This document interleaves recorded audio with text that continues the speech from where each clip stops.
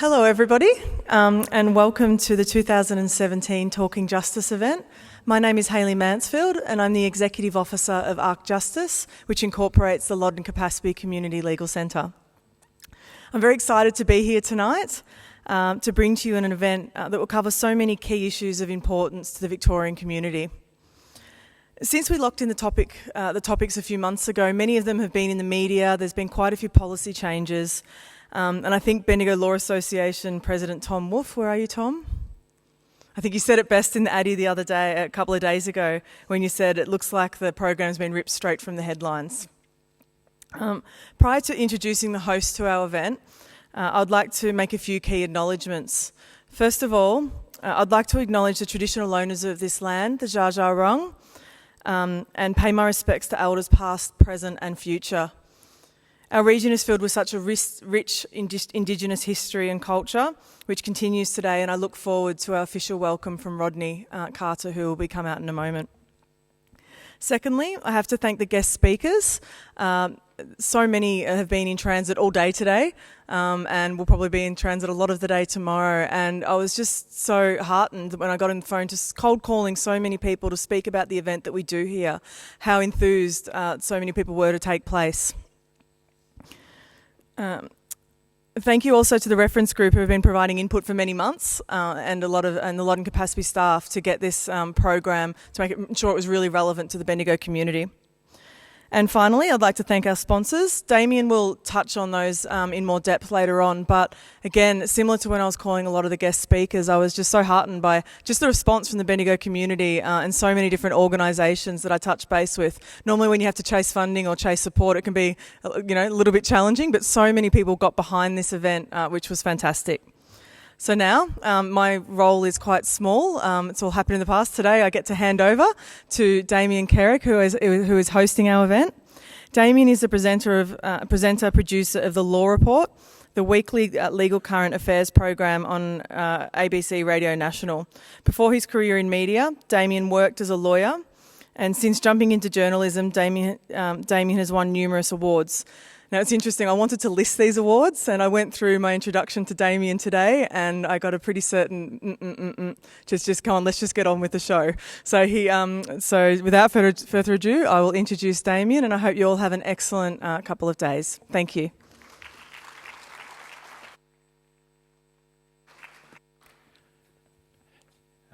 Hello everyone, good evening. It's my great pleasure to be the facilitator for this weekend's Talking Justice event.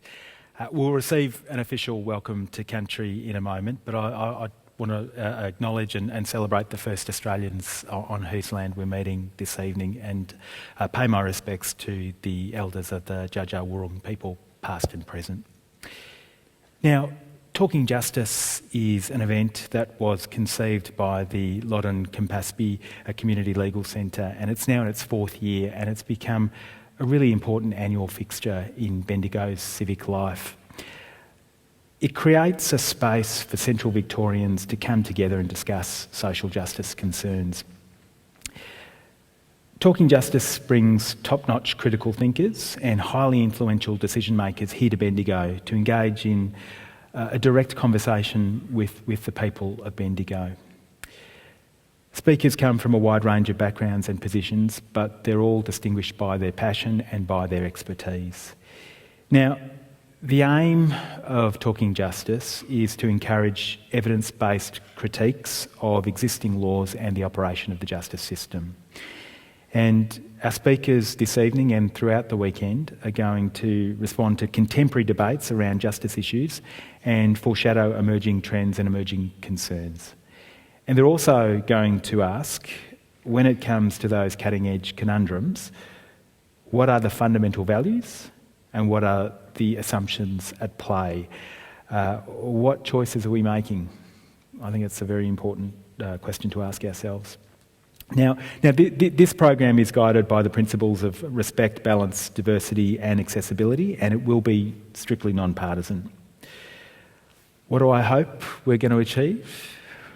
Well, I want this event to help you and to help me to interrogate our own views and our own assumptions, to dig beyond our gut reactions to issues, and to deconstruct how we arrive at notions of right and wrong and why we take a particular view on a particular issue. And armed with those tools, hopefully we can go out into the world and formulate and explain our own opinions and engage in discussion and fully participate in the political processes that shape our laws and our justice system. Now, of course, we always need to remember that law and a justice system have existed on this land for about 40,000 years. And I would like you to help me welcome Rodney Carter from the Dja Dja Wurrung people, who's going to give us a welcome to this wonderful country. Cheers.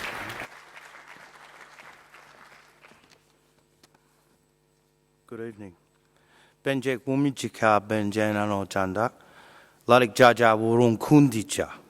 I welcome you to our country, home of the Dja Dja Wurrung people. My name is Rodney Carter.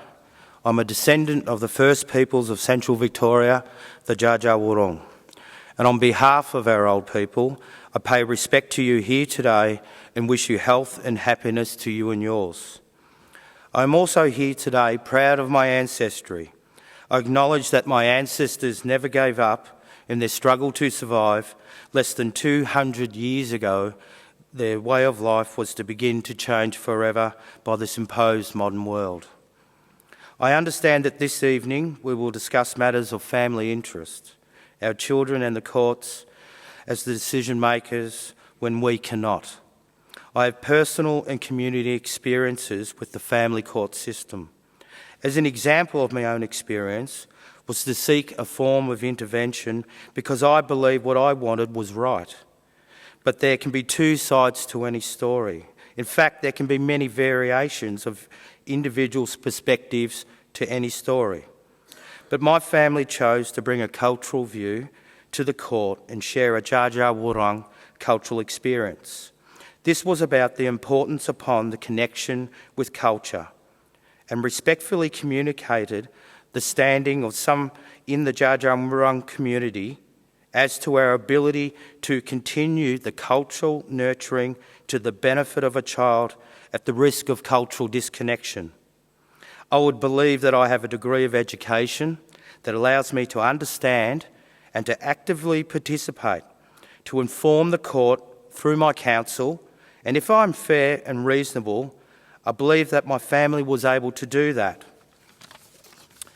And also that the court appropriately applied its powers and understood the message we conveyed.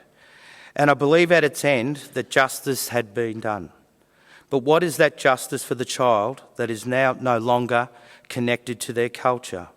When we all understand today the danger of that disconnection. Did the system fail? Maybe yes. Do we blame it? No. We must strive to always improve it. Those within are all extremely passionate and competent in what we do. My imaginings afterwards require me, as I am directly involved, to control my emotions. And as painful as it may be, I will. Can I feel some satisfaction that I can do? Not really. But I'm doing what is required of me for myself and others. And I turn my thought to my people, our community, that do not have the benefits that we have. How can they or do they deal with this? For many, they can only be left with emotion that can be devoid of understanding the logic of the system we participate in, or for many has been imposed upon them by their choice or not. From my experiences in the Koori Court and the Aboriginal Torres Strait Islander communities in Victoria, and with all the resources we deploy, we must continue to strive for foundational outcomes, in the first instance, to some way heal them, when the system would struggle to provide any comfort. As a community and as leaders and influencers, we would turn our thoughts to the beginnings and what would be needed at a foundational level to create a stronger individuals that form those families, creating a greater depth of capacity for the family to deal with any form of conflict and trauma. For my people, the Dja Dja Wurrung, it is only since our recognition and settlement agreement with the state we can now have a good degree of control of our future. And we endeavour to nurture and make the Dja Dja Wurrung family healthier and stronger. And even one day be an example of how, as First People, can resurrect their culture and manage ourselves and the landscape as our ancestors did. I'm before you because of values that my ancestors held dear. To be tolerant, to respect each other's individuality and diversity, and to believe in oneself. To also believe in our culture as we practice much today. The Talking Justice, by the choice of topics you choose to discuss, and those here tonight willing to participate and care in an example of community brilliance, and can improve awareness of our struggle to understand what may be required to make others' lives better. Talking Justice's respect for my people allows me the opportunity that I may welcome you to my country, and I am given an opportunity to share with you. In the last 200 years, the compassion shown by some to my ancestors potentially gave them a window of opportunity to survive. And it was those ancestors that then used that opportunity to ensure that they had a productive life. But not all in our communities understand or have the ability to use opportunities. So to continue to be compassionate towards all of those less fortunate will be needed by the most. The values that the Dja Dja Wurrung holds dear teach our children and their children of the importance of those values. We will teach our children and their children the importance of those values. We would ask you here tonight to continue your roles, always, applying what we would understand as good community values, to care beyond the technical nature of our roles. And if we decide to care, really care, that we just not acknowledge the other, and please ensure that we also ready ourselves of the pain that comes from caring. Manjaniak mang yaron murupuk. I wish you dalkap murupuk. Good spirit and a safe journey across my country always. Minjika. Welcome to Dja Dja Wurrung country. Thank you.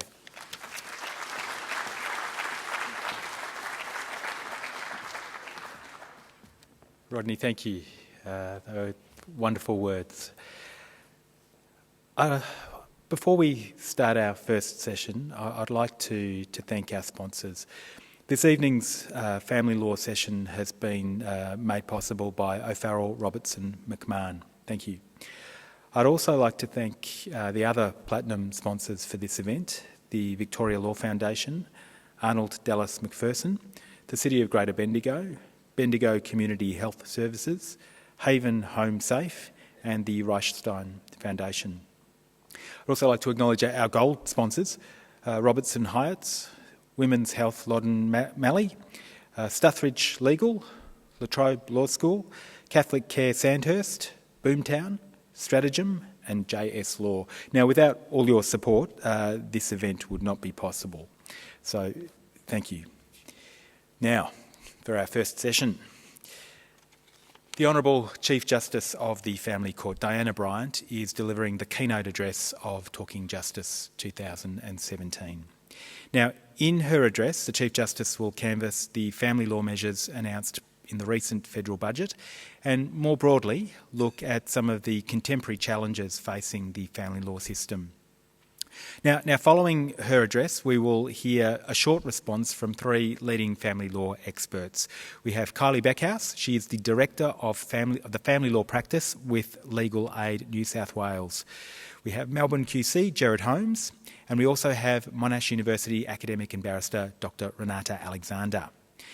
And after that, we're going to have a panel discussion and we'll open up the conversation to your input and to your questions.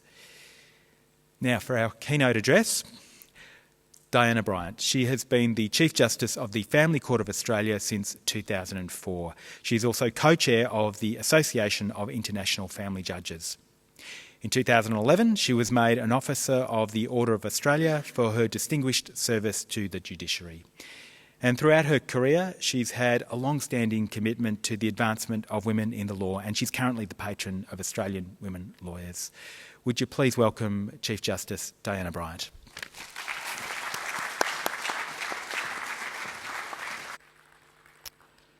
Thanks very much, Damien. And can I say what a pleasure it is to be here this evening in this beautiful building and to give what I'm going to call a somewhat reflective view of family law.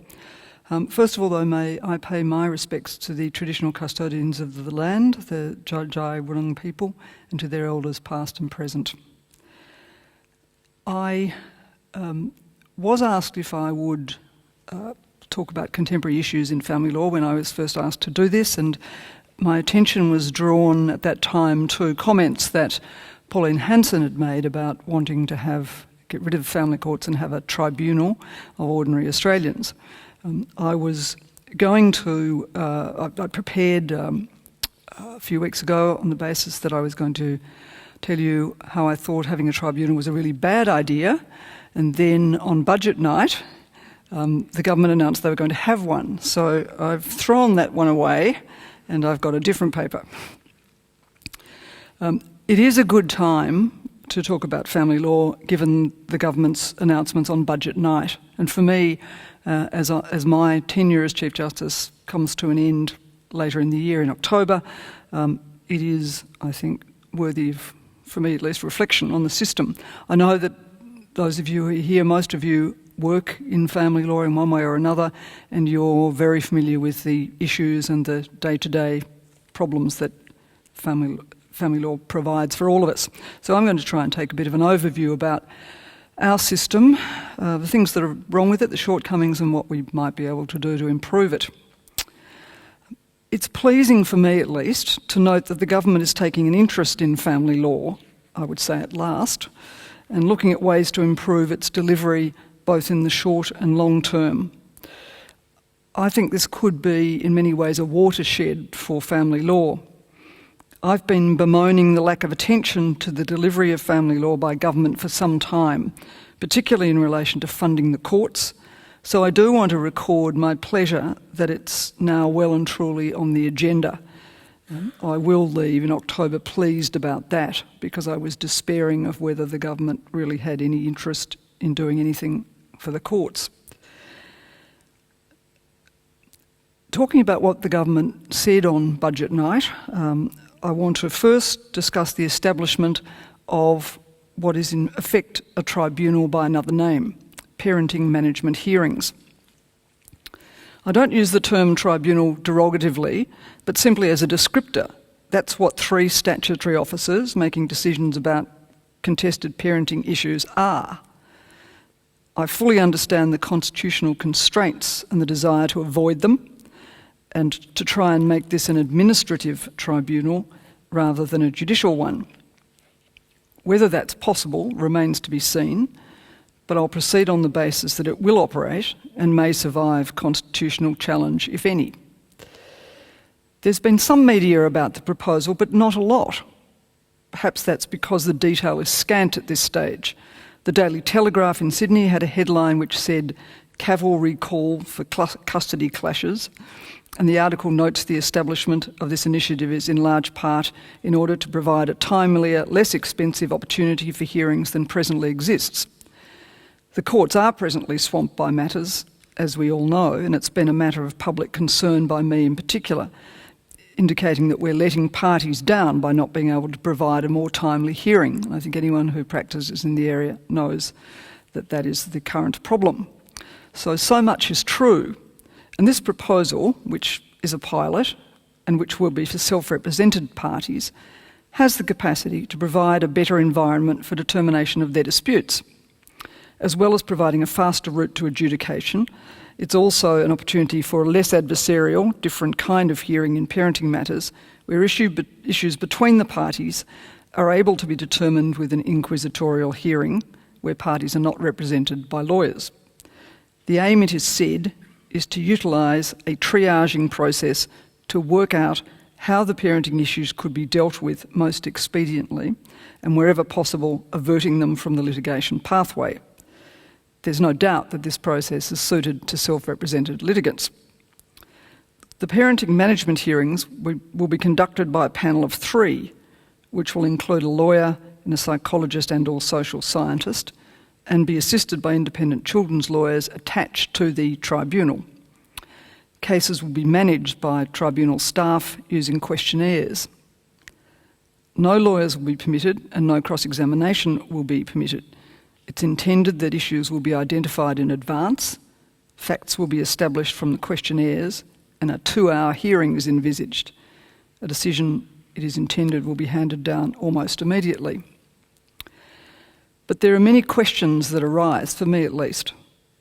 The Children's Cases program, piloted by the Family Court in 2004, developed the very features that I anticipate will be seen in this model.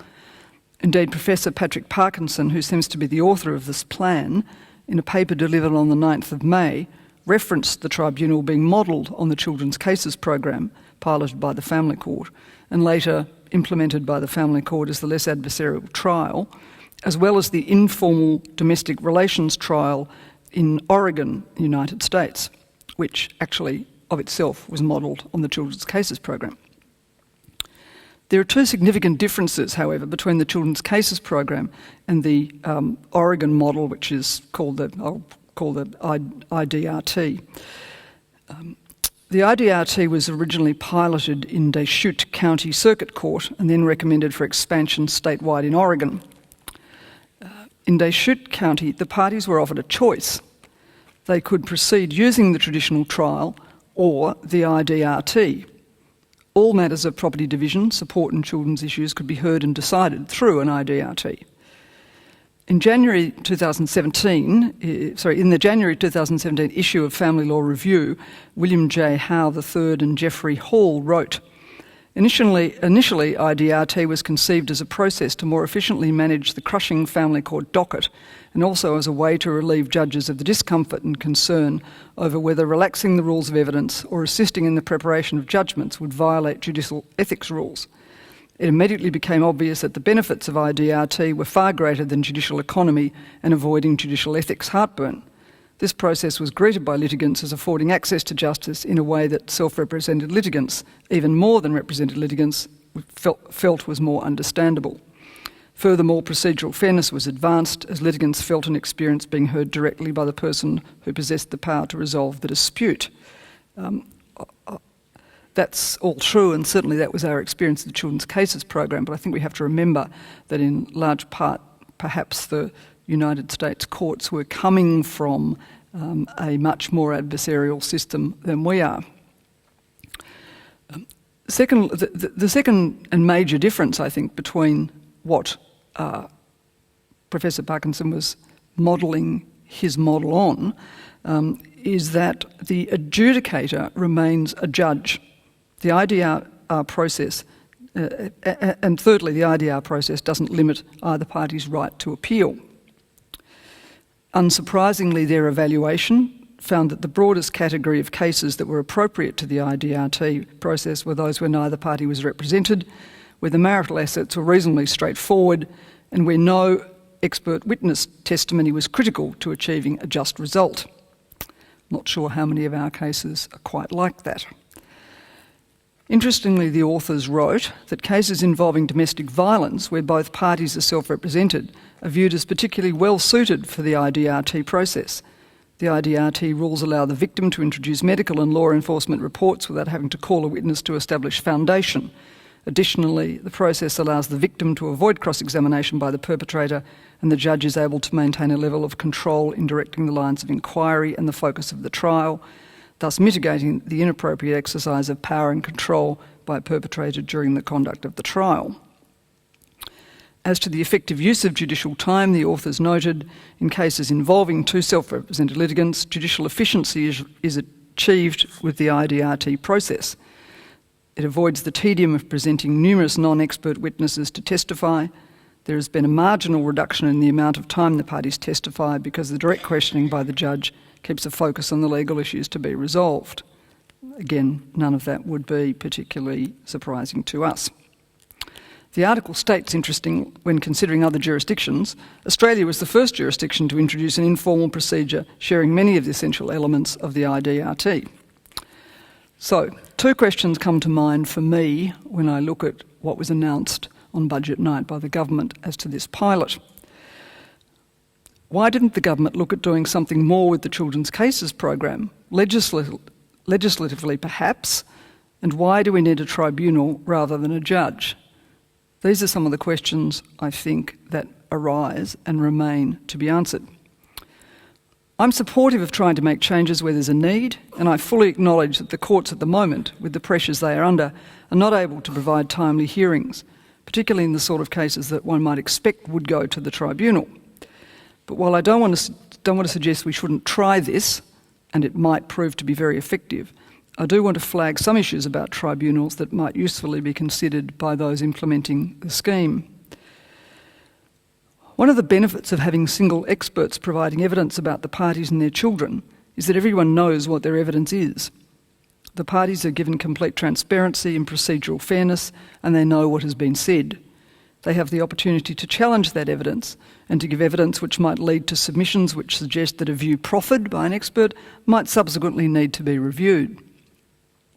Whether there will be expert evidence permitted beyond independent children's lawyers in this new tribunal remains to be seen. If members of the tribunal are to be those with particular expertise, how is transparency to be provided in relation to their views? Will non-judicial members of the tribunal come with their own biases and views, which will not be known to the participants? And will they be substituting their own views for those who would in other proceedings be called as court experts? One of the hallmarks of our present system is transparency, and part of that comes with open courts so that anyone can attend and listen to a hearing. Will there be an equally open hearing with a tribunal? I appreciate these matters might be all addressed prior to the commencement of this pilot, but I raise them because I think that a tribunal is a very different creature indeed from a judge hearing matters in a less adversarial way. A very significant difference between the Children's Cases program and the IDRT in Oregon is the establishment of a panel of decision makers with different skills. Secondly, I'm concerned that it provides one cohort of litigants with a process which is not available to others. Remember, in Oregon, there's a choice to all litigants to opt in or out of this pathway. This, it is said, will only be for self-represented parties. Thirdly, if, as I presently understand it, it's going to be confined to those who've not engaged so far in the litigation process, then at least in the short to medium term, it will not alleviate the pressures on the courts. Some capacity to transfer existing matters to the tribunal would be of assistance, though my current understanding is that that would not be available. While the tribunal is starting as a pilot, if history is any guide, then if it's successful, it is likely to become more widespread and part of the way we do family law. It may indeed constitute a very big change to our family law system, even though it relates to only a cohort of the group who needs some adjudication, that is, self-represented litigants. At this stage of my career, given that I must retire in less than 5 months, I don't have a vested interest in the outcome of the experiment, but obviously I'll be very interested to see what happens. It's useful to reflect that when the Federal Magistrates Court, of which I was the first head, commenced in 2000, our remit was to operate in a way that was to provide simpler, cheaper and quicker hearings. I think we did so for quite some time, but a number of changes, particularly in 2006, with the emphasis on mediation and mandatory pre-filing, meant that most of the cases that were capable of settlement did settle, and the cases that came to court were more serious, requiring the attention of judges and generally involving more complex facts. Given that most of the cases we see these days involve some degree of family violence and complex issues, it will be interesting to see what the work of this tribunal, as I've called it, will be. The diminution in size of the family court and the focus on appeals and the most complex cases has meant that the Federal Magistrates Court, now the Federal Circuit Court, has become overburdened and cases can take up to 2 to 3 years to get a hearing. Undoubtedly, there is a need to do something about this. As I've said publicly many times, that delay is unacceptable. There are many alternatives, but the government has obviously decided that this one is worth a try. Considerable expenditure is being invested in this pilot. I hope it warrants the funding that might otherwise have gone to the courts. The second major announcement that was made on budget night was a review of the family law system by the Australian Law Reform Commission. This is an 18-month review, and it requires a report to be provided by December 2018 although the Commission apparently can report on particular issues before that time. The length of the review tells us that it's meant to be comprehensive. The terms of reference have not yet been released, but I'm informed by the Attorney-General that everything is on the table. I think this also has the capacity for huge change in the system. The Australian Law Reform Commission will undoubtedly look at the whole system. I think there are 4 significant features of the present system that are likely to receive attention during the course of the review, and we should all be alive to them because they're very important, I think, for the future of family law. There will be many other issues, I'm sure, that are raised. First, parenting cases. The effect of the parenting management hearings and the desirability of doing things very differently in these kind of parenting cases, at least for some cohort of litigants, will surely be part of what the ALRC will consider. The courts may take the opportunity to look at better ways of case management. The possibility of a less adversarial trial as a separate stream in the courts where both parties are self-represented remains an option. Other options must be assessed, especially as the ALRC is asked to look specifically at cases involving sexual abuse allegations and family violence. Extension of the Magellan list is an obvious topic for consideration. Secondly, I think they'll probably look at property proceedings. We have a discretionary system in Australia, but there are other options. The Hambley report looked at this in 1987 and rejected any change. But there are criticisms of the current system, which will no doubt find expression in submissions to the ALRC. Whether our current system remains the best option, or whether we should move to some community of property regime, or at least a presumption of equality of distribution of assets of some kind, will surely be raised. The third thing I think the Australian Law Reform Commission will certainly have a look at is the future structure of the courts.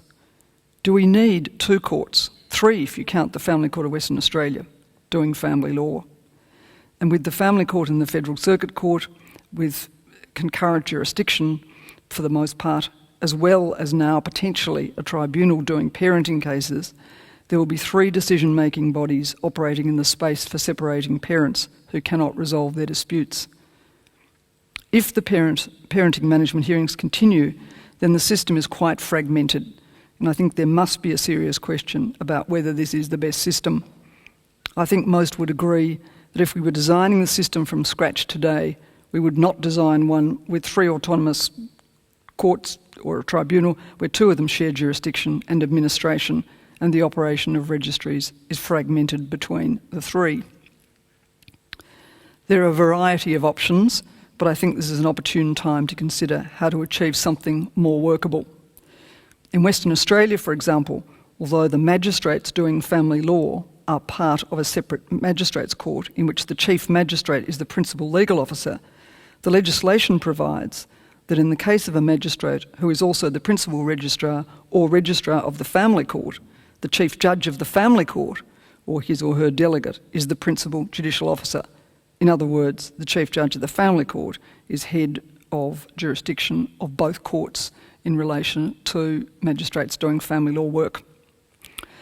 There are other options, but I think it is timely to consider a more effective system in the future for the delivery of family law. Finally, it seems to me the complexity of the structure of the Act itself has attracted criticism and will no doubt be considered. As my colleague, Justice Victoria Bennett, has written, a small but emblematic example is the fact that Part 7 of the Act starts at Section 60A. Part 8 concerns property and starts at Section 71. To non-family lawyers, those numbers may suggest there are about 11 sections which deal with children. Not so. She says, having taken the time to count them, I can tell you that Part 7 includes 238 sections and 637 subsections, organised into 14 divisions and 44 subdivisions. So I think that hopefully the Law Reform Commission will look at the structure of the Act, particularly Part 7. So we're living on the cusp of very interesting times indeed, and I will look with great interest at the recommendations of the Law Reform Commission as they come to pass. Formally reviewing the family law system after 40 years is opportune, and I think it is time to seriously look at it. After all, the genesis of the Act in 1975 was no-fault divorce. The court was initially set up to deal with that imperative. It's a long time ago now, but when we look back to that time, the Family Law Act was revolutionary because it established no-fault divorce in Australian law. This came as a huge relief for many people, particularly those who wished to avoid the cost and indignity of having to prove a matrimonial offence. Those who were around at the time, like me, will well remember the fuss. The legislation ultimately passed in the House of Representatives by one vote. Religious conservatives predicted the wholesale disintegration of the family, describing the Act as a Casanova's charter that would allow husbands to easily discard their middle-aged wives in favour of younger women. On the other side of things, soon after no-fault divorce came into effect, there were proclamations that wives were walking out of their marriages by the hundred, and that the court was biased in favour of women, and men were being economically wrecked by capricious judicial decisions in property disputes. It wasn't long before the controversies attending the Act led to the first of many parliamentary inquiries into family law in Australia, with the Joint Standing Committee on Family Law commencing its work in 1978 and tabling its report in 1980. As the Joint Standing Committee undertook its inquiry, the aforementioned concerns about no-fault divorce were certainly raised. However, the submissions also revealed something unexpected, being a growing resentment of the court's approach in custody cases. Although subsequent research demonstrated that at the time fathers were granted custody in around a third of contested cases, men's advocacy groups considered the continuing award of custody to mothers as evidence of gender bias by judges and claimed that husbands were being treated like criminals. This was the beginning of a thread that runs through the entire history of Australian family law, a push and pull between fathers and fathers' rights groups and mothers' rights groups. It also represents the beginning of entrenched misunderstandings among some members of the community about the nature of the family law system and what it aims to achieve. And you will note, as I have said, that Pauline Hanson of One Nation was recently espousing the use of the tribunal in the main part to provide for what she saw as fairer decisions for fathers. Criticism of the family court and family law more generally never really abated, though it changed shape over time. By the early 1990s, dissatisfaction mostly concerned what happens after divorce in terms of children and property. We've moved a long way from the genesis of the Act. Divorce is now an online administrative function, and the focus of the court is on contested parenting cases and property cases, not divorce. So it is time to look at the system again. At the same time, there's been a concern among mothers about ensuring the protection of children and appropriate orders for children, particularly young children, where spending equal time with the parents would demonstrably not be appropriate. In recent times, concern has arisen about how family violence is dealt with within the family courts. Will a tribunal make a difference to these things? Will one or other of the groups find it less appealing or more attractive? It remains to be seen, I think, how this will play out. In terms of those actively lobbying for legislative change, advocates on both sides at times descend to hyperbole and rush to judgment. Let me give two examples, although there are many, and you'll be familiar with them. First is the shibboleth that we still see, that men kill their children or commit suicide as a result of unfair decisions made by the courts. And this is still something that you hear One Nation talking about. Interestingly, most of the cases that I've seen where there have been deaths did not involve situations where a parent had been denied contact or was unable to enforce orders. They are cases where there are orders in place and where often orders are made by consent. There may or may not be proceedings on foot, but if they are, these are temporal, not causative. Fortunately, there's now a substantial body of research into the phenomenon of familicide, but concrete causative factors have not been identified. A 10-year study of filicide in Victoria conducted by Professor Thea Brown and colleagues at Monash University showed that the perpetrators experienced multiple stresses, especially mental illnesses and parental separation, but also domestic violence, substance abuse and child abuse. Further research is required to test these findings and to explore the relationship between the stress factors. A 2006 article by Carolyn Johnson in the Family Court Review entitled Familicide and Family Law, a study of filicide suicide following separation, reported the findings of a study examining 7 Western Australian cases of family homicide followed by suicide, where custody or access issues, as the researchers called them, were identified as being an issue. This is one of the few in-depth studies I'm aware of that looks specifically at the intersection between family homicide and family law disputes. A section of the study is entitled Misconceptions, and the 2 key ones emerge. The first is that familicide is caused by a legal dispute. Johnson's study did not support this. In fact, not one of the survivors she interviewed perceived there had been a dispute with the other parent as to custody or access, and only 1 family out of the 7 studied had proceedings before a family court. The second misconception was that fathers are denied contact with their children, and this results in them taking their children's lives in their own. In all of the cases reviewed by Johnson, the father was having contact with the children. On the other side of the gender divide is the shibboleth that judges knowingly or negligently place children in harm's way by allowing contact with dangerous parents. The Darcy Freeman case provides a germane example, and you'll all be familiar with that case. The case involved a separation of many years, three children living with both parents for a number of years. A dispute over how many nights the children would stay with the father was resolved by consent before the hearing concluded, and the judge didn't have to make a decision.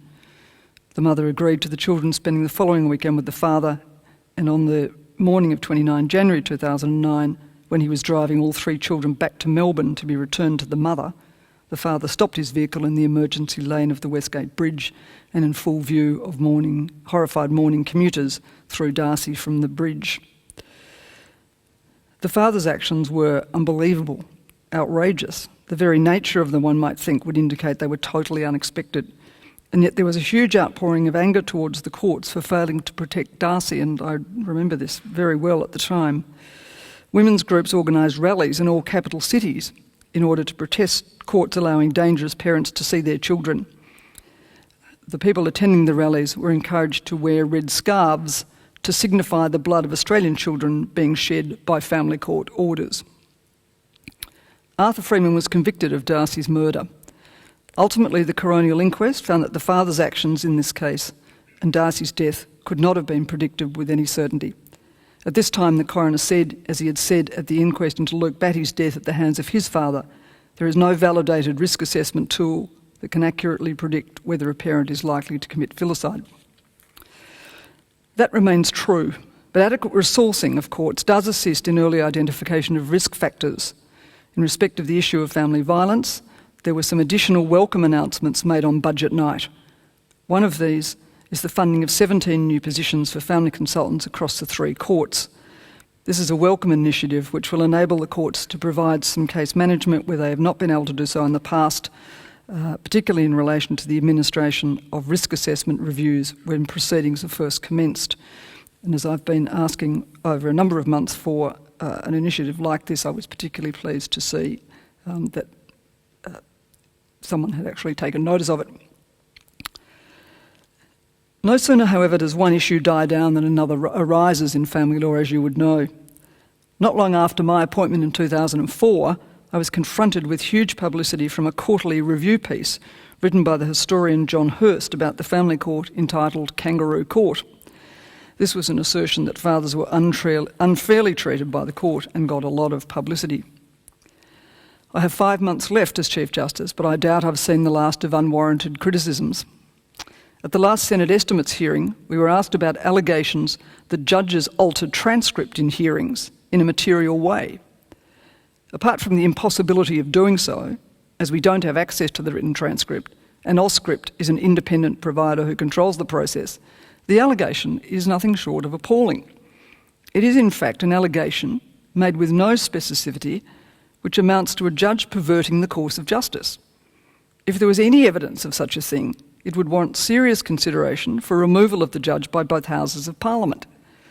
And yet the allegations are raised in the Parliament and get into Hansard without regard for the potential damage to the public perception of the courts. As a result of things like this, I see it as part of my role to meet with various senators and explain and discuss some of these things. And I do that. So far this year, I've met with Senators Hinch, Xenophon and Hanson. I can say that I always get a good hearing and my message is generally understood and that meetings are helpful. Legislation to prohibit cross-examination by self-represented alleged perpetrators of alleged victims will also be the subject of some legislation, again announced on budget night.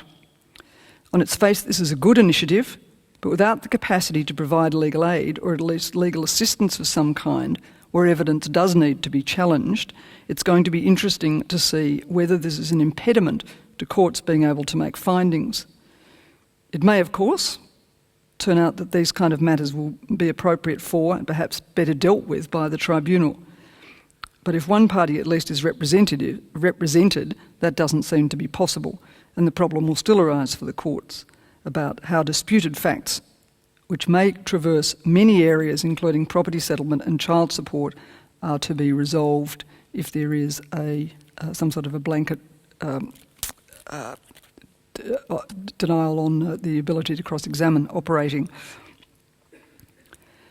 Finally, the other good news from budget night was, of course, the provision of funding of $3.4 million for the expansion of the domestic violence unit pilot to establish up to 6 new domestic violence units delivering an integrated specialist service and social support to women experiencing or at risk of family violence. At the launch of this initiative at the Parramatta Court this week, the Attorney-General observed that 23 family advocacy and support services were being established by legal aid commissions across Australia, 14 of which are already operating. As the Attorney noted, the new service integrates duty lawyers with specialist family violence workers to help families navigate between the federal and state court systems and also connect people with the risk assessment, safety planning and other services they might need. This is clearly a very welcome and positive initiative that will make a considerable difference to those who've been subjected to family violence. In Parramatta, for example, in the court, a safe room's been set aside for women and their children when these services are being accessed. The court has also had long had a family violence plan in operation dealing with protection of those who come to court where allegations of family violence have been raised. So looking back at what happened on budget night, as I said before, I think this is somewhat of a watershed. I think we can safely say that the government is taking family law seriously, and whilst there are issues to be worked through with legislative change and some of the proposals, there is clearly an interest by government at last and a wish to support the courts and come to them. I hope we are entering an era of interest and concern about family law. Finally, I wanted to comment on Section 121 and social media. In recent times, we at the Court have noticed increasing numbers of people putting significant amounts of information about their family law matters onto social media and on other online fora. Many such posts are in breach of Section 121 of the Family Law Act, which is obviously a concern, and people include photographs and the names of their children. Section 121, as you know, prohibits the publication or dissemination of any interest that would identify participants in proceedings under the Family Law Act. It's aimed at ensuring that people don't feel discouraged from coming to court for fear of having their private life made public. More crucially, the law is designed to ensure that children are not held up to ridicule, curiosity or notoriety. In terms of judgment publication, when I became Chief Justice, I instituted a policy that all family court judgments would be published, which had not previously been the case, and made publicly available via Ostly in order to facilitate transparency of the work of the court, and I think that's been a very important initiative. At the same time, we had to work out how to maintain anonymity, so the parties are allocated pseudonyms and the judgments are published under those pseudonyms. All information that could be used to identify the parties is painstakingly removed by our judgments publication team. So it comes not without a cost, but in my view, it's a really important initiative. We're able to publish the judgments and, at least for the most part, not identify the parties. Section 121, of course, was introduced at a time when media meant print media and television. Those outlets are not a problem for the most part, but the unregulated online fora and social media have changed this dynamic, and the usefulness of Section 121 may need some reconsideration. We can certainly see the use of social media when it replaces traditional forms of media can be problematic. The internet is changing our culture, and our legal culture will likely be increasingly affected by it. I think it's important for those involved in proceedings to understand that the best advice comes from lawyers, not online forums. And we're starting to see a cohort of people who take their advice, bad advice usually, from online forums. I'd started to think about whether we really needed Section 121 in view of social media, and that perhaps there should be some significant amendment. That was until I saw the recent publicity that you may also have seen given to the Anthony Bell and Kelly Landry case in the Magistrates Court in Sydney over an AVO.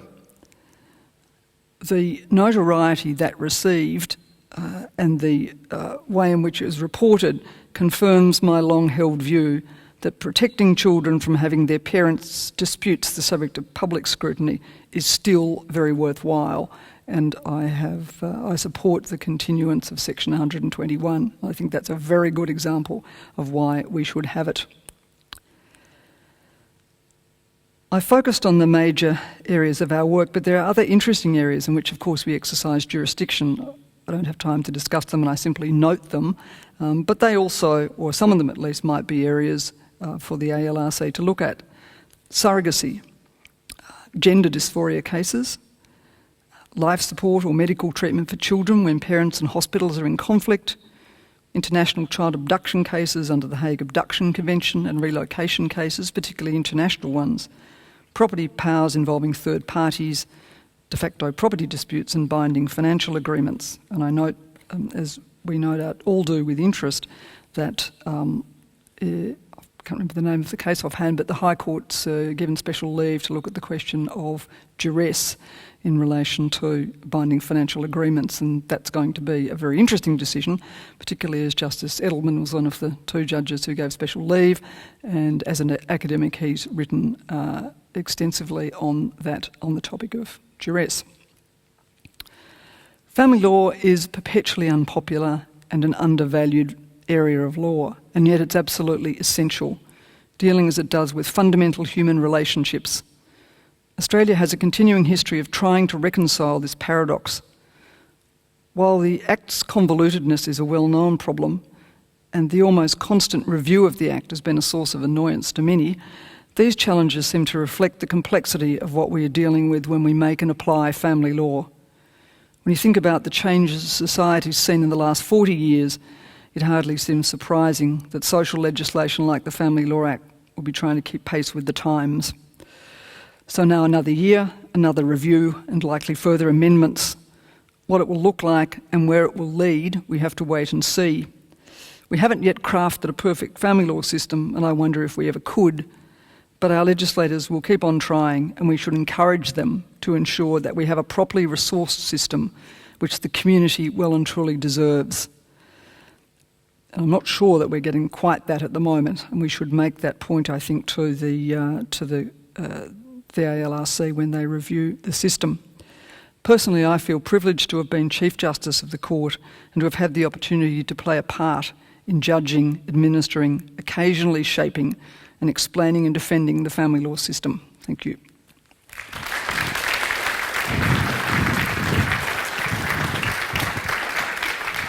Thanks, Chief Justice. Yeah, Damien. Chief Justice, thank you. A great address. I've always admired the directness and forthrightness with which you just address these issues. It's fantastic. And interestingly, one of the issues which you talked about as an important part of the family court's work is how to deal with gender dysphoria, and that's one of the topics we'll be looking at in detail tomorrow. Now, we're going to get a response from three family law experts.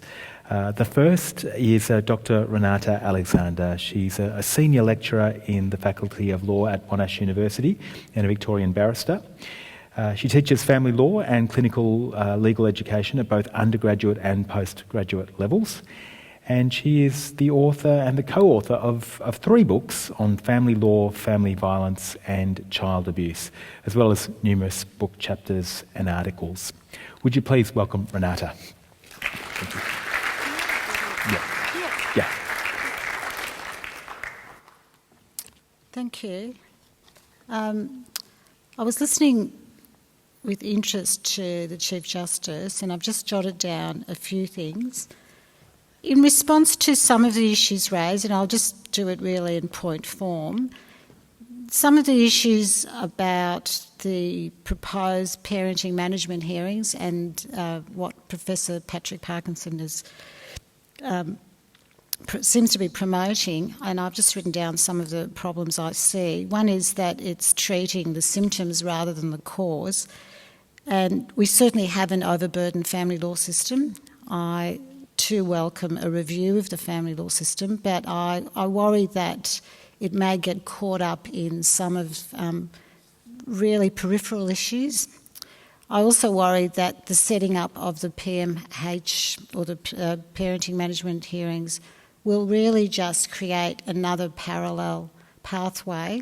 And really, we have so many parallel pathways. We have 8 state and territory laws about family violence that coexist with the Family Law Act. We have 8 separate state and territory child welfare and child protection statutes that coexist with some of the child protection parts of the Family Law Act. And I think I would rather see a more unified system in those vital areas of family violence and child protection and child abuse than creating yet another platform or another pathway.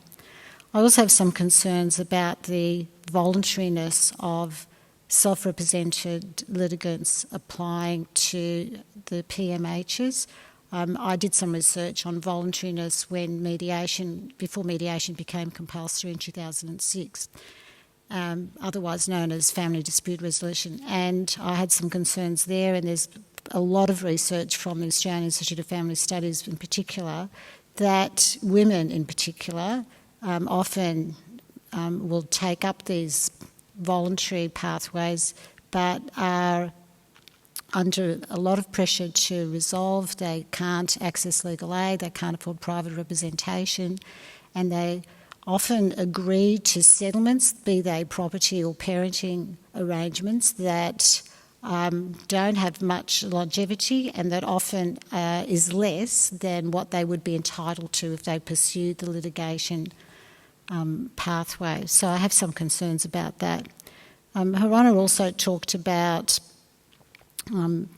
transparency, issues of disclosure, that in the new PMH there'd be a lawyer and 2 social scientists, psychologists, whatever other forms of experts.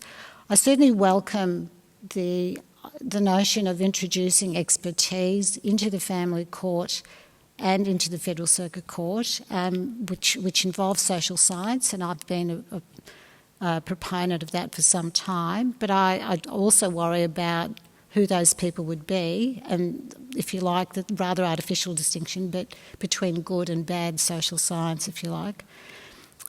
And the other thing I've written is about the Children's Cases program, which, from my experience, works well, but it's in a very small area of the family law system because it only operates in the family court. And according to the 2014, 2015, or even probably the last one, the annual report of the Federal Circuit Court, the Federal Circuit Court hears 87% of family law cases. So that's the court that's really overburdened. In Melbourne, we have hearings now being set down in 2019.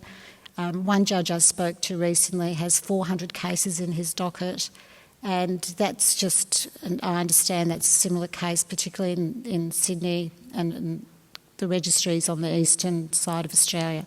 So all of those things, I think my general comment, and I've exceeded my 5 minutes, my general comment is I'm not certain that the new PMH proposal, of course, as a pilot, it'll be subject to review and scrutiny and some sort of evaluation, but I'm not certain that's really such a good solution. I think it's really looking at the, as I said, the symptoms rather than what the underlying issues are. Thank you.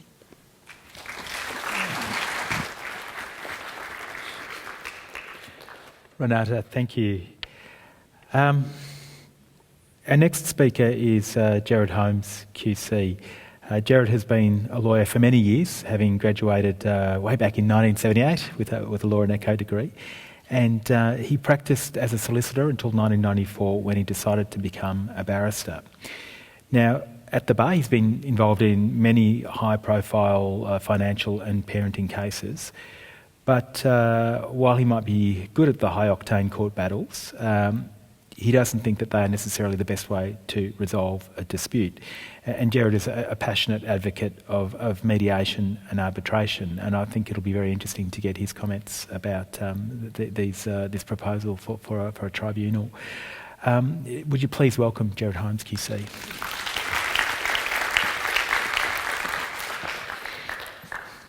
Well, good evening, ladies and gentlemen, and thank you for the elevation, actually, Damien. I'm not actually a QC, but one day I might get there, but so it's just plain Jerry Holmes. Thank you very much for your delivery, Chief Justice. I agree with you that it's good at last to see that the government are recognising that there are problems in relation to the system, and that through this review over the next 18 months or so, that some good will come of it. It's in relation to the tribunal. I've got some real concerns, though, in that, as we all know, as family law practitioners, most of our cases resolve, and that's because most of us are able to tell our clients what the law is, and most of our clients do accept what the law is, and then we don't have to go to court. There's a settlement, or if something has been issued, we can resolve the case without having to go all the way to a trial and judgment. But as our society has become more and more complex and more and more acceptable of various forms of behaviour, and has become more and more acceptable of the concerns that a lot of us don't experience, that is, problems in relation to racism, problems in relation to revenge, if one party to the marriage or the relationship hasn't accepted the fact that relationship has broken down, it's very hard to convince our clients who may be revengeful that it's silly to run this case, because you won't get the result that you want if it's just pure emotion that's driving the instructions. There are also problems, of course, as we know, that certain clients, certain people have. Problems with drugs, problems with alcohol, problems with attitudes to women. We still see a lot of chauvinism, and so that's often the reason why a matter won't resolve. I'm going to not allow this woman to get the sort of result that she should get because she's a woman. These attitudes still remain in our society. And so is this tribunal going to be able to deal with that? I doubt it very much. To be limited to 20 minutes of submissions, no cross-examination, how on earth are these tribunal members going to be able to make a decision as to who's telling the truth? What I think the government really should be doing is not another political dress-up or a political dressage. It's probably, as Damien said, I'm a firm believer in mediation, but I'm also a firm believer in arbitration. Arbitration is a concept that has been around for a while, but it really hasn't got much legs, or many legs, for a variety of reasons. And probably one of the reasons is that, like when mediation had its genesis back in the 1980s and 1990s, it did take a while for the concept to be accepted by us as practitioners, because by and large we are a conservative lot. We don't really like to go out of our comfort zone. But one by one, as these mediations started to occur, we realised this isn't a bad way for our clients to understand, with the help of an independent mediator, not on either party's side, but able to bring out of both parties what really is their concern and reality test their concerns, that eventually the parties will get a resolution that they own, a great form of dispute resolution. But there often still is an aspect of the dispute that hasn't been able to be mediated. So that's when an arbitrator can come in and make a decision in relation to the issue that may in fact be holding up the mediation. For example, the valuation of a business, or whether an aspect as to whether a pre-marriage contribution should be relevant or not. But what is lacking at the moment in relation to our Family Law Act is that arbitrators can't deal with parenting issues. So if arbitrators are able to deal, if the legislation could be changed in that regard, it would enable arbitrators and possibly arbitrators that are paid for by legal aid, as does happen in Queensland legal aid. That would be a great way to actually assist in reducing the backlog of cases in relation to parenting issues. So it's the practicalities of the tribunal I've got real concerns with as to whether it's going to work or not. So is my 5 minutes up? Yes. Yeah, so perhaps I might finish there. Thank you. Yeah,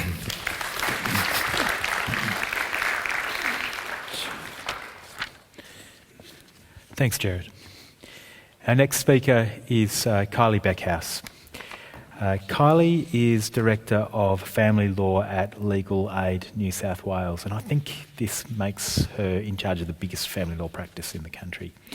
And in this, she's also responsible for Legal Aid's Family Dispute Resolution Service.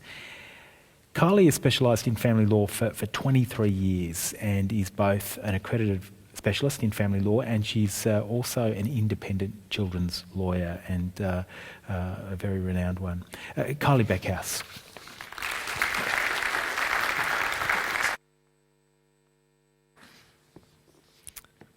Thanks, Damien. And thanks to my panellists. It's always the problem going last. They've said all the good things. I suppose I actually just wanted to acknowledge the Chief Justice from the outset, because you've shown extraordinary leadership to us as the family law profession, and I know a lot will be said over probably the next 6 months about that, and you've particularly shown a lot of leadership to women in law, for which we're grateful. But you managed to put a positive spin and be so terribly diplomatic, and that was beautifully demonstrated tonight. So well done. Gerard was much better at sort of telling it the way it was, but I wanted to sort of endorse a lot of the views that had been said. And I think, you know, it was really wonderful to hear the welcome to country that Rodney gave tonight when he spoke about his experience in the family law system.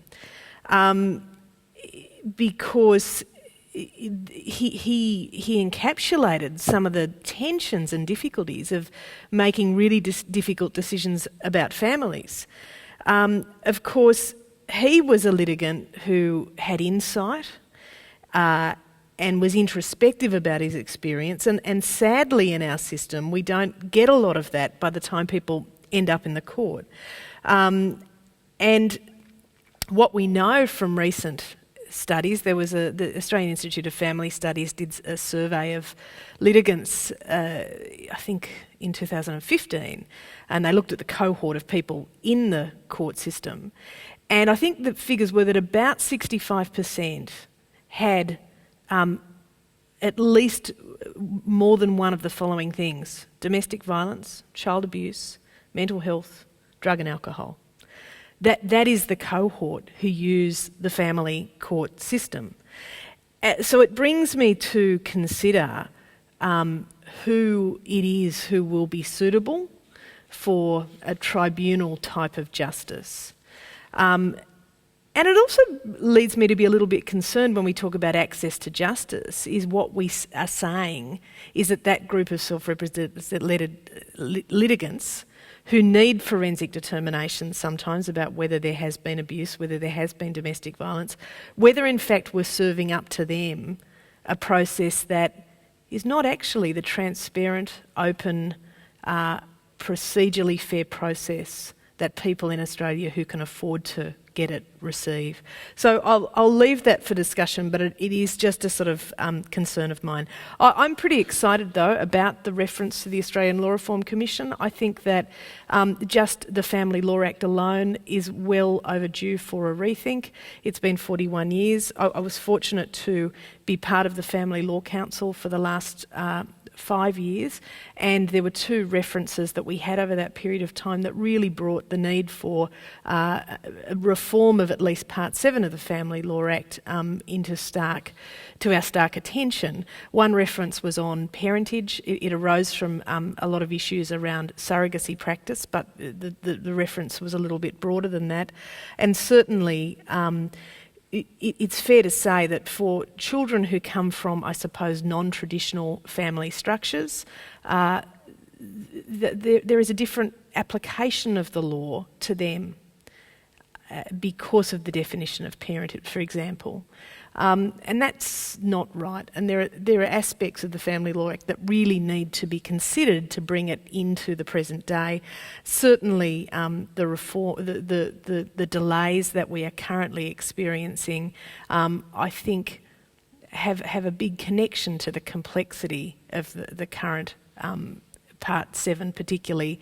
And I would argue that there's probably good cause to actually think about removing those aspects of the Family Law Act relating to children and consider whether children in Australia should be worthy of their own act.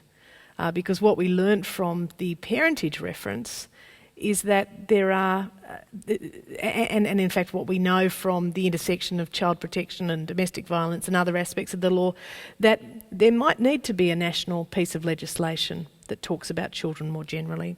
So I think that they're my just general comments, Damien, and I'm sure you'll throw some curly questions at us further. Thank you. Thanks, Kylie. Now, can you hear me through the... Yeah, terrific. Now, look, we're running a bit over time, and we were going to have a sort of a moderated conversation amongst ourselves, but because as I understand it, a lot of the legal community in Bendigo is here tonight. We might sort of start with your interaction a little bit earlier than planned. So I would like to start off with a question, though, and I want to maybe play devil's advocate. Given the delays in the family court and the frustration that many people feel with it, is it possible that this parenting management hearing system might be a kind of circuit breaker, and it might be a solution for people who are without resources, who are stuck in a system, and it might be a way of getting them to the end of that process. And it may not be perfect, as indeed you've all pointed out. You all have concerns. And I guess coupled with that, I heard one argument put that if you gave more money to the family court, say 2% more to the family court, then that might involve a 2% increase in the flow through. If you spend 2% on this kind of experiment, then you might get a dramatic improvement for some people in going through the system. So I'm just keen to get a response from each of you to that interpretation or perception, and then after that I'm very keen to get questions from people from the audience. Who'd like to start, Chief Justice? I'll start if you like. I don't think I've heard that figure about if you spent the money you get a 2% increase. I don't think that's right. It's a question of how you utilise the resources. Look, I think it's undoubtedly true that there are people who have cases where they're probably languishing, perhaps in the Federal Circuit Court, for much longer than they should, and some sort of maybe parenting management hearings are the right thing to sort of help them get their case dealt with more quickly. But I'm not sure you need to have a separate tribunal for that. I mean, you could, with some changes to case management, you could embed something like that within the courts. I mean, New Zealand's a good example, although my colleagues might be critical of it. The New Zealand government legislated for particular different streams within the court system, and one of the streams was for self-represented people who, in that stream, which I think was the sort of simpler cases, didn't have lawyers. So same sort of thing, but embedded within the courts. So I would say, is it necessary to have it a completely separate tribunal? The second thing I'd say about how you spend the money, there's a debate about whether you need more judges or whether you don't, but I've come to the view, rightly or wrongly, that I think with a lot of support, so family consultants and registrars, you can settle cases, because if you can move the cases that are in the courts and get them settled, or at least get them attention early, you'll be able to get them out of the system. Most cases still settle. 70% in the Federal Circuit Court settle, 84% in the Family Court settle before a hearing. Now, the idea is to get those cases settled earlier, and then you can focus on the ones that you've got to have a judicial determination and do it more quickly. So I think there's a lot that could be done with resources within the courts. Yes, it requires a shake-up of case management systems and how we do things, but I think there's a great capacity to do that. And it doesn't necessarily involve appointing a whole lot more judges. Renata. I agree with the Chief Justice, not just because maybe I'll appear in front of her in the next 5 months and will make my case good, although I don't do full court matters much. I agree that there are already existing systems in play. I think the Magellan list is actually quite a good example, which is, if you're not familiar, for cases that are about serious or significant child abuse, physical or sexual child abuse cases. My experience with the Magellan list is it's very streamlined. There's a dedicated registrar, dedicated family consultant, dedicated judges, and they are usually finished in a much shorter period of time and dealt with, I think, very well. So I think that there are already management systems in play that could be utilised. The other thing, which is following on what I said earlier about symptoms rather than causes, I think we have to look at things like what the Productivity Commission looked at in 2014 about access to justice, about legal aid, about the cost of representation. Lawyers are very expensive, solicitors, barristers in those states that have divided professions. And also the complexity, as the Chief Justice referred to, by the point made by Justice Bennett, who's in the Melbourne Registry, and that is Part 7 of the Act is incredibly convoluted, very detailed, and just even remembering which section applies next is quite difficult. And that, I think, the time would be better spent on reviewing that and somehow simplifying that and what's around it, and addressing really the issues, both legislative and resources. I think extra family consultants are excellent. But the reality is they're not extra family consultants. They're, in Melbourne anyway, they're replacing the ones that have gone, because it's almost, I think, 50% of when I started family law, there were I think twice as many family consultants as there are now. So I think that's a little bit of, camouflage, if you like, about what really is the problem. Kylie. I think it has to be said that we actually have a really gold standard on international terms system, and I think we forget that in the debate. A lot of thought has gone into our system. It is a system where, we regularly have delegations from other countries coming to look at the benefits of our system, because we do have embedded in our system specialist psychologists and social workers who are family consultants. We do have 2 different levels of courts to deal with the complexity. We have really well-appointed, experienced judges. We have independent children's lawyers. Which is something that most jurisdictions just, would love to have, those sorts of things. But unfortunately, our system at the moment is a bit like a garden that hasn't been watered. Eventually, if you don't put the resources in and you don't tend to it, it doesn't work very well. Things start to die. And I think that's a lot of the problem, that we've had virtually not much policy change, not much legislative change, and then along comes a whole lot of announcements one of them, the parental management hearings, may in fact be a good thing. And I can see some real benefits to that sort of approach. I really love multidisciplinary approaches. I think they're really suited to a family law environment. So I think there are some really good elements to it. My biggest concern is that we haven't really watered our garden and tended to it. And we now are asking the Australian Law Reform Commission to help us look again at our system, which is great. But we're sort of very quickly and hastily throwing together what could or could not be a fix, and I'm just not sure that that's such a sensible thing to do. Gerard. Yeah, there's been a drought for a long time, hasn't there? And now finally there's a bit of rain falling, and probably I see one of the really good budgetary allowances is this money for more family consultants. And you're right, Renata. You remember at a Dandenong there used to be a team of counsellors, and now there's one or two. And similarly in town, it's in Melbourne, and you used to get them on circuit as well. There used to be one or two counsellors would be available to see the parties at the first return date, and so the judge would stand the matter down to go and see a counsellor for a duty report to be done. A bit like the Section 11F now.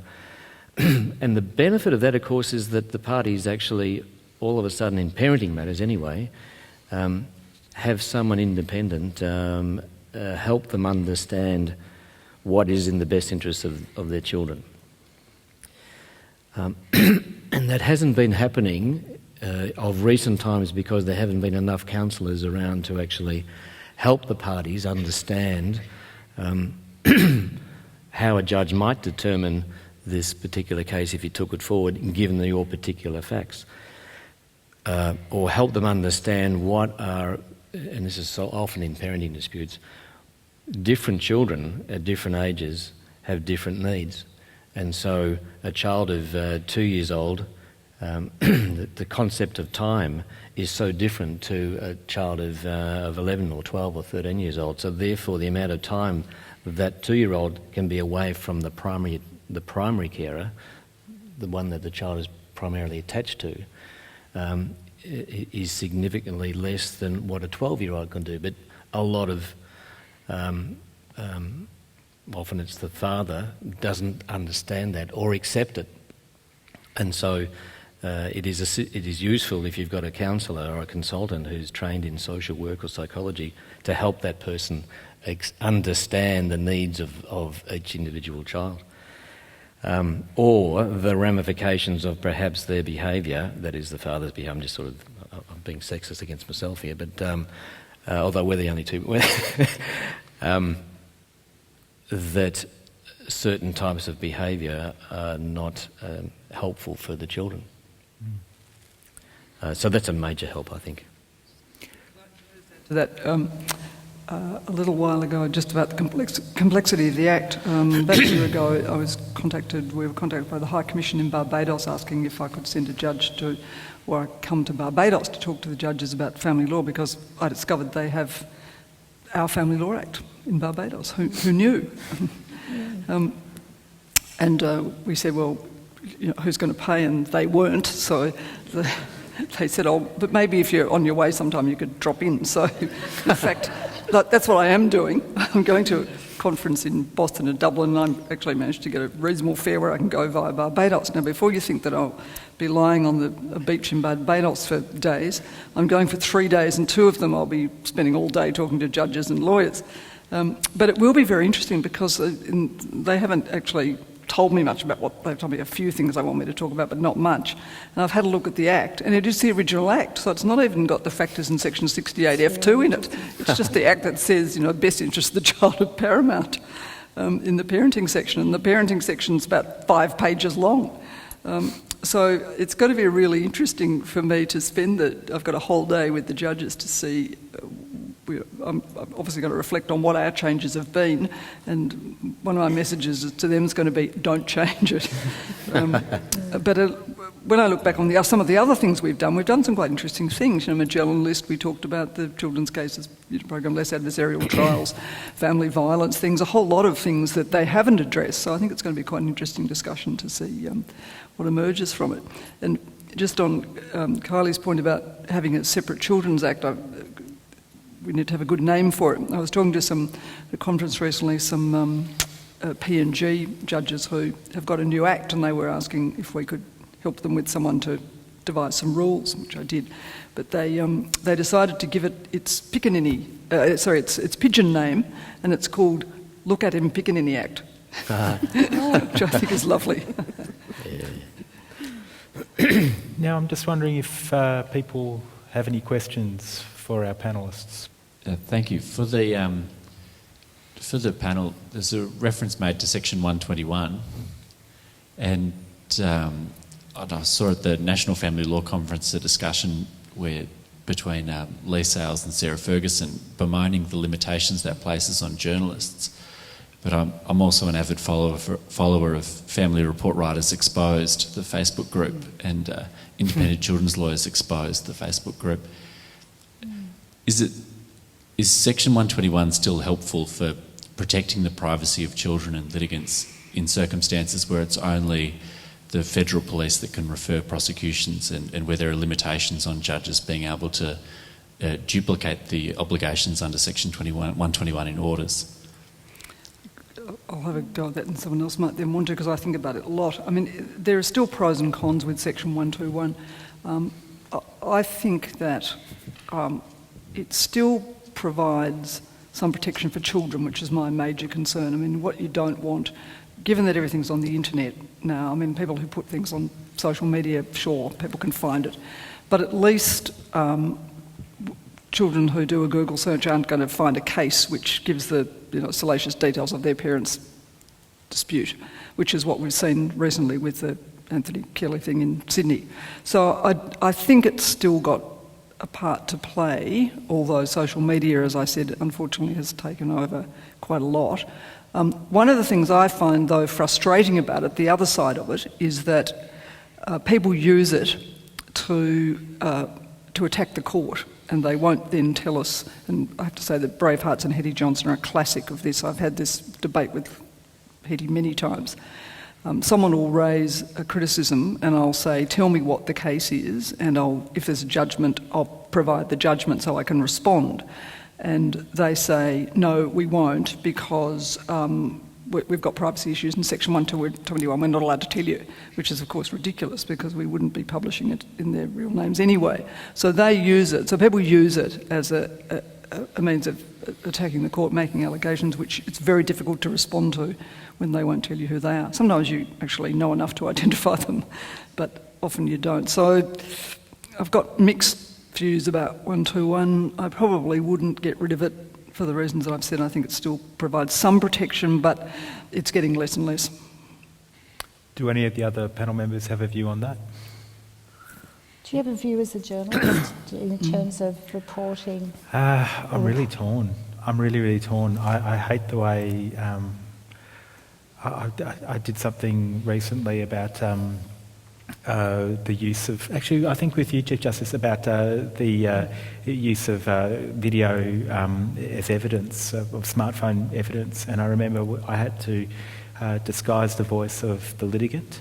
I then, and I'll say this because I'm in a regional audience, I had to disguise the voice of the lawyer because it was kind of, in a regional town. It becomes, from my perspective, kind of ridiculous. I totally get where you're coming from, Chief Justice. It's all about the kids, absolutely, and that's got to be the primary focus. But it can be. You can find yourself talking with your lawyers about who might be identified and what are the identifiers. And you spend an awful lot of time doing that as opposed to concentrating on the story, and you cut out a lot of stuff which is quite relevant, I think. But I take it it's a damn hard issue. I guess one possibility would be on a case-by-case basis. One can always seek permission from the court to publicise if there was some sort of benefit. You just have to understand the timeframes and the resources. You're talking about a cash-strapped sector. Ours is, the media is extremely cash-strapped as well, and time, we just don't have the time to do that. I'm just reminded of a case, and I think the outcome was right. It was a case heard in Melbourne by Justice Kay. It was a night, and it was going to be on Channel 7 or Channel 9 on Current Affair, one of those. I can't remember which one. It was called the First Wives Club. Oh, yeah. And they had 3 women. I went to watch it because I was so interested. And that's a good thing about the Family Court being an open court. You can always go in and listen. You just can't tell anyone about it. And the beginning of the piece was 3 women putting their gold rings in a glass of champagne. And they'd all been aggrieved. They were all aggrieved by the same man. But the issue was that this man had had children with all 3 women who didn't know about the other children. So the worry was that if they'd shown that and broadcasted, some children would find out that they had half siblings that they didn't know about. So from that point of view, it was clearly a case where the television station in question had to be injuncted, had to be stopped from broadcasting because it would have had deleterious effects on those children. Were there family court proceedings afoot, or was it an ethical issue as opposed to a legal one? No, there weren't any family law proceedings on foot. And someone got wind of that. On what basis was the injunction provided upon? The injunction was that the television station couldn't run it. On what basis, I'm wondering? Oh, I see. Well, there must have been family law proceedings. There must have been. I just went in. Probably child The jurisdiction otherwise. It was very voyeuristic of me. I just snuck in and had a look. There must have been. But that's why it came to the family court, must have been. I mean, I've made an order allowing publication of a judgment. There was I remember a case in Brisbane some years ago, and where there was there'd been allegations of sexual abuse, which the court had found not to be so, and the children had been moved to the father, and the mother had gone to the school and to various other people, telling them that he was a pedophile and so forth, and the children were living with a pedophile, and I allowed him to publish the judgment to, not to the world, but to the school and to anyone he needed to publish it to where allegations were made. So we do sometimes have to do that. Gerard, I was in a case once where we, in fact, you might have sat at one of the earlier hearings, Chief Justice, where I was acting for the wife of a Australian swimmer. Yes. And he was about to go on to Channel 9 on 60 Minutes, because Channel 9 were trying to actually build up his reputation given the sorts of problems that he'd been having. And so we brought an injunction on the Friday night and sat before Justice Cronin in Melbourne, and the wife was represented by us. The husband had counsel at Channel 9, briefed Silk, and so the issues were aired before Justice Cronin in relation to the fact that we were concerned that there would be material out in relation to the children, two young children, that would have been deleterious to their best wishes.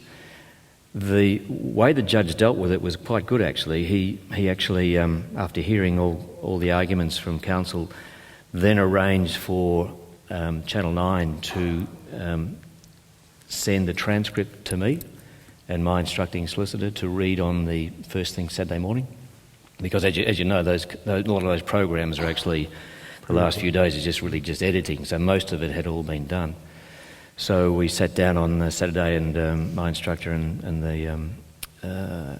we read through the transcript. As it turned out, there wasn't going to be, as long as they stuck to the transcript, there wasn't, and they said they would, the material coming out on that program wasn't going to be deleterious to the children. So we then contacted the judge to say they can go on. I think I did sit on an earlier Yes. hearing in that case where counsel wanted to close the court I remember, and I wouldn't let them. The Herald Sun were in the courtroom, and I wouldn't send them out. But I said at the time, no, I'm not going to close the court. I appreciate the press are here. They understand the Herald Sun's here. They know their obligations under Section 121. I'm sure they're not going to publish anything they shouldn't publish, and they didn't. To be fair, the Herald Sun were always usually pretty good. Actually, they didn't really get it. They used to actually change the names of the pseudonyms. Yeah.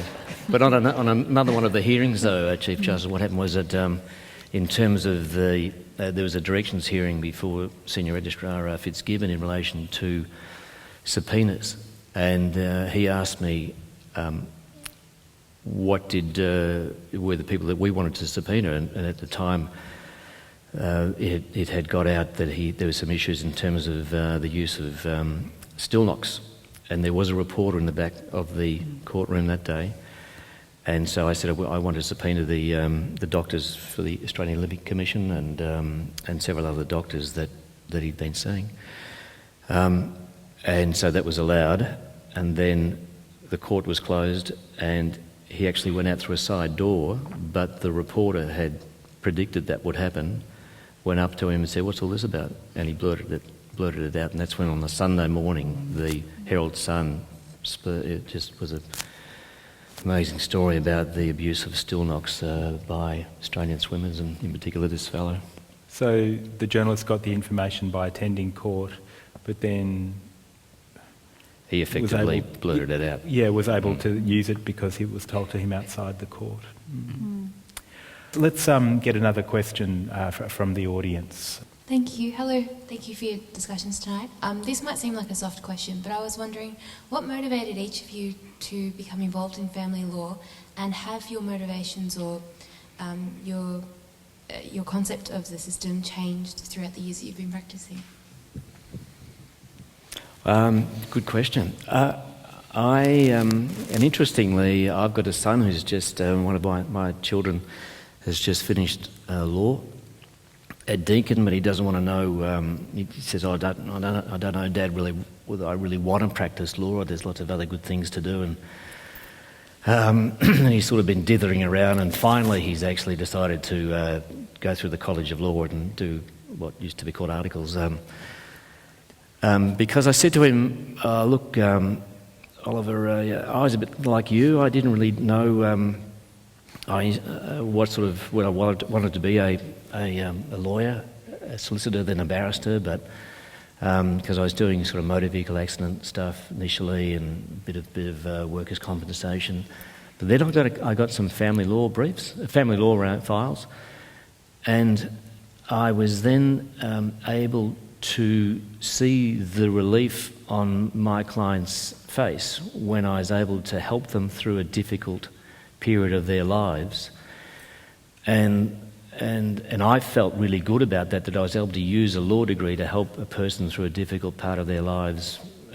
So I told him that, and he could see in my face how doing family law is a really good area of law to help people, rather than perhaps taxation law or sometimes commercial law, where often you're just a pawn in a money-making game for your client. This is an area of law. If you handle it well, you can make a real difference to your clients the rest of their life. So that's why I do it. Kylie? Well, I'm probably not dissimilar to that, Jerry. It is quite profound that you can make a real impact, and your clients in family law are your neighbours, they're the people you play sport with, they're your family. Family law matters happen to everybody, and you really do feel like you're making a difference. I think the other thing about family law is that it's so diverse and so interesting. We don't just get stuck doing one small thing. You can have a property matter involving really complex trusts and valuation issues. You can have a parenting matter involving a lot of work with social scientists, and then the Chief talked about some really interesting areas, and certainly if you work in an organisation like Legal Aid, you get exposed to really interesting areas like gender dysphoria and forced marriage. And so, you know, I think it's really hard to get bored in family law. I think, though, like anything, you do have to check in on yourself and your colleagues, because there's a lot of vicarious trauma. I agree about family law being actually very exciting and covering a large area and a large range of different areas. I think it's important to keep a balance between being a family lawyer and doing something totally different. And I have my escapes. I read very bad magazines and I watch very bad television. And one of the reasons I got into family law was I was actually not supposed to do law at all. I was enrolled in mathematics at Monash, but I decided there wasn't much of a career in mathematics. So I loved Perry Mason on television, and I got into the law school. And when I finished, I applied for a number of jobs. I didn't get any of them. I was offered food picking in Mildura, which I declined. And I then got a job at Victorian Legal Aid, in family law, which was a fantastic training ground and really exposed me to all the diversity of family law and the fact that you actually could make a difference. And it sounds like I'm in this universe, you know, I want to change the world. But the good thing about legal aid or any legal service work is that there's no cost incentive, there's no profit motive. You actually are doing it to help people, not to make money for yourself or for your principal. And so that's really the thing that's sustained me all this time. My experience has been pretty much the same as the others. I think when I first went to Perth and was doing family law as a fairly young lawyer, I realised pretty soon that you actually could make a difference to people's lives, and people really appreciated it. And one thing I learned then was that the people, and you probably had this experience, the people whose cases settled fairly easily were always the ones who were really grateful for what you'd done, and the ones that you spent years fighting through the system were always ungrateful. And people, after a few years, would say to me, "Oh, why are you doing family law? You could do other areas of law." And I realised that I really liked it, and I liked the diversity, and I really enjoyed helping people get a good outcome for them. I miss that, I must say. As a trial judge in the Federal Circuit Court, you do feel you can make a difference, and you are there much more at the coalface. But as you sort of move up, I must say, doing appeals, it's got a different enjoyment, but it's not quite the same as when you're actually in there, either advising people or dealing with people in trial. So I miss that. But it's replaced by other things, and as I was saying before, I suppose one of the things I have to do now is try and get politicians to understand family law better, and I'm making some progress with that. Senator Hinch rang me yesterday to ask me what the parenting management hearings meant, and if I could explain it to him. So I'm getting somewhere. Just to throw in my two bobs worth, I talk to lawyers all the time, and lots of different kinds of lawyers, and I have to say that family lawyers tend to be happier and more balanced. And I've always found that really weird, because I kind of assume that the work is actually... I don't think I could do it. I think it'd be really, really tough, and I think it'd be really, really depressing. And I've just always found it kind of remarkable that as a group, that they tend to be slightly on a kind of a slightly sort of quite evolved, happy people as a group, and I find that really interesting. Anyway, look, we've got we're running over time. Does anybody have one really, really short question that we could? There's somebody there. Maybe a fairly short question which would elicit fairly short answers from everybody. Thank you, Damien. My interest is to bring this discussion back to where we are here in Bendigo, a regional area, and about family law in regional areas. Conscious of being short, have we actually developed a family law system that's a two-track system, or perhaps more than two? Are regional and rural people getting a raw deal when it comes to family law? We have circuits. Mindful of Jerry's comment of family law consultants, we used to have a registry and 3 consultants in Bendigo when I started work here 23 years ago. Is there a better way for ensuring that across Australia there's a much better approach to family law? Well, I'm happy to. I think there is, yeah, but it requires some input from the government, from some proper resourcing from the government. Interesting about whether you're worse off in rural and regional areas. I mean, there might be, you know better than I, but sometimes I think you get cases on more quickly. So, you know, there's probably pros and cons in it. But, you know, I think, as everyone has already said, we haven't been resourced properly in the last decade. Yeah, I do a bit of circuit work in Gippsland, and it's amazing how much work the circuit court judge gets through down there. It was now